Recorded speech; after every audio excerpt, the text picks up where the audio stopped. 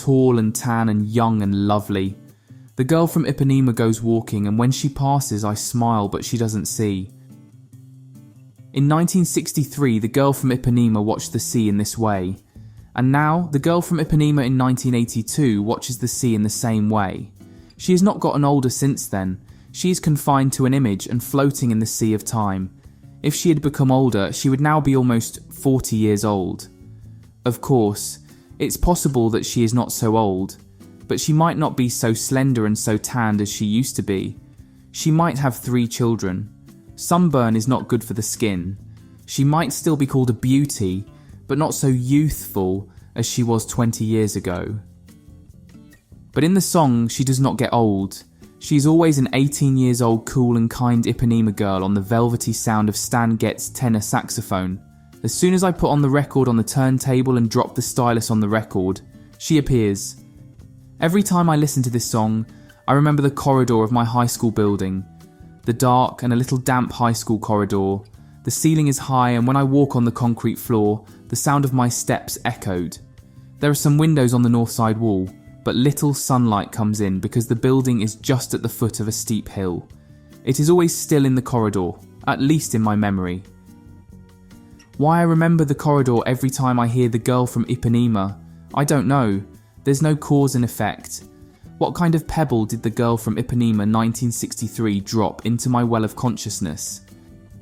And the corridor of the high school building reminds me of a salad consisting of lettuce, tomato, cucumber, green pepper, asparagus, onion and pink Thousand Island dressing. Of course, there's no salad shop at the end of the corridor. At the end of the corridor is a door, and outside is an ordinary 25-metre swimming pool. Why the corridor reminds me of the salad, I don't know. There's no cause and effect there either. The two connected in my mind by some accident or other, just like an unlucky lady who sat on a freshly painted bench. The salad reminds me of a girl I used to know.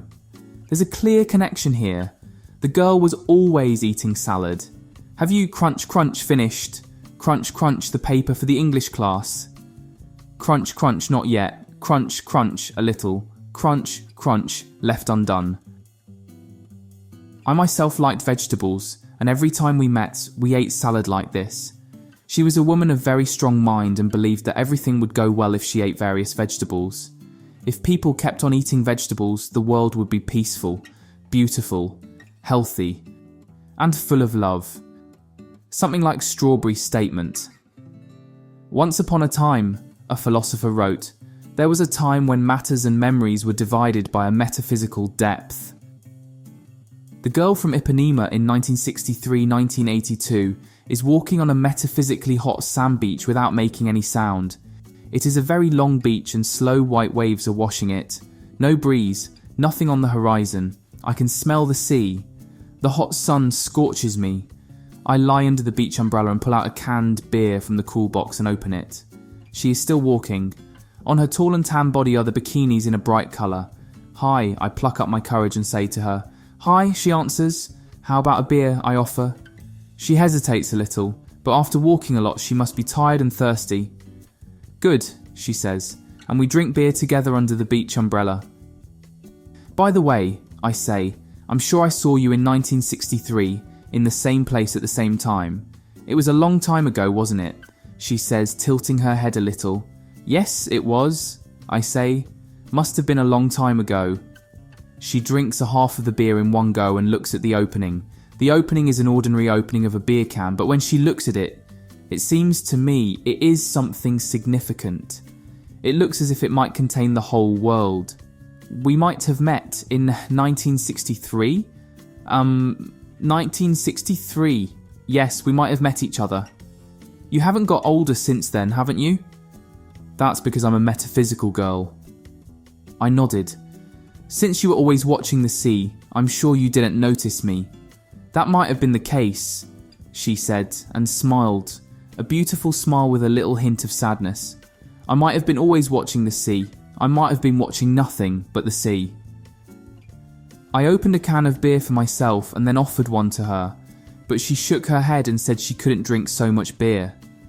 Thank you, but I have to keep on walking from now on just as I have been, she said.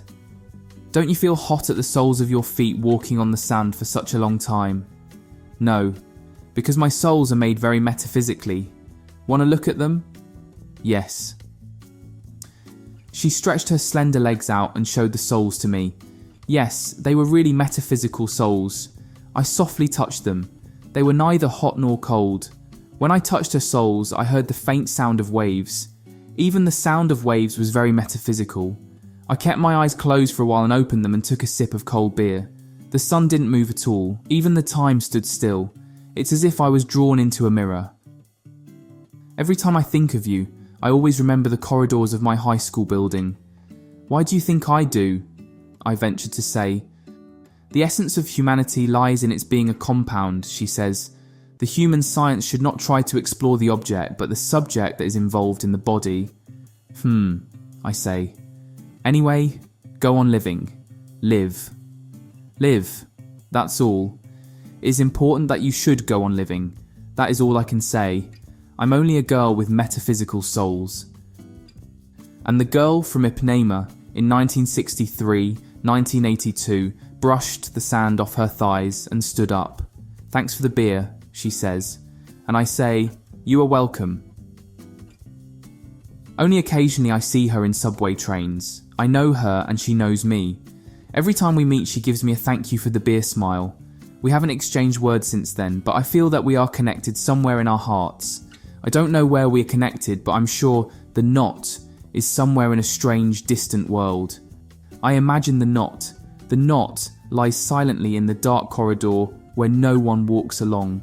When I am thinking in this way, many dear old memories gradually return to my mind. There must be a knot that connects me and me. I'm sure someday I will meet myself in the strange, distant world. And I wish it was a warm place, and if there was some cold beer, I would have nothing to complain. In the world I am myself, and myself is me. The subject is the object, and the object is the subject. There is no opening of any kind between the two. They are closely stuck together. Such a strange place must exist somewhere in the world. The girl from Ipanema in 1963-1982 is still walking on the hot sandy beach. Until the last one of the records is worn out, she keeps on walking without any break.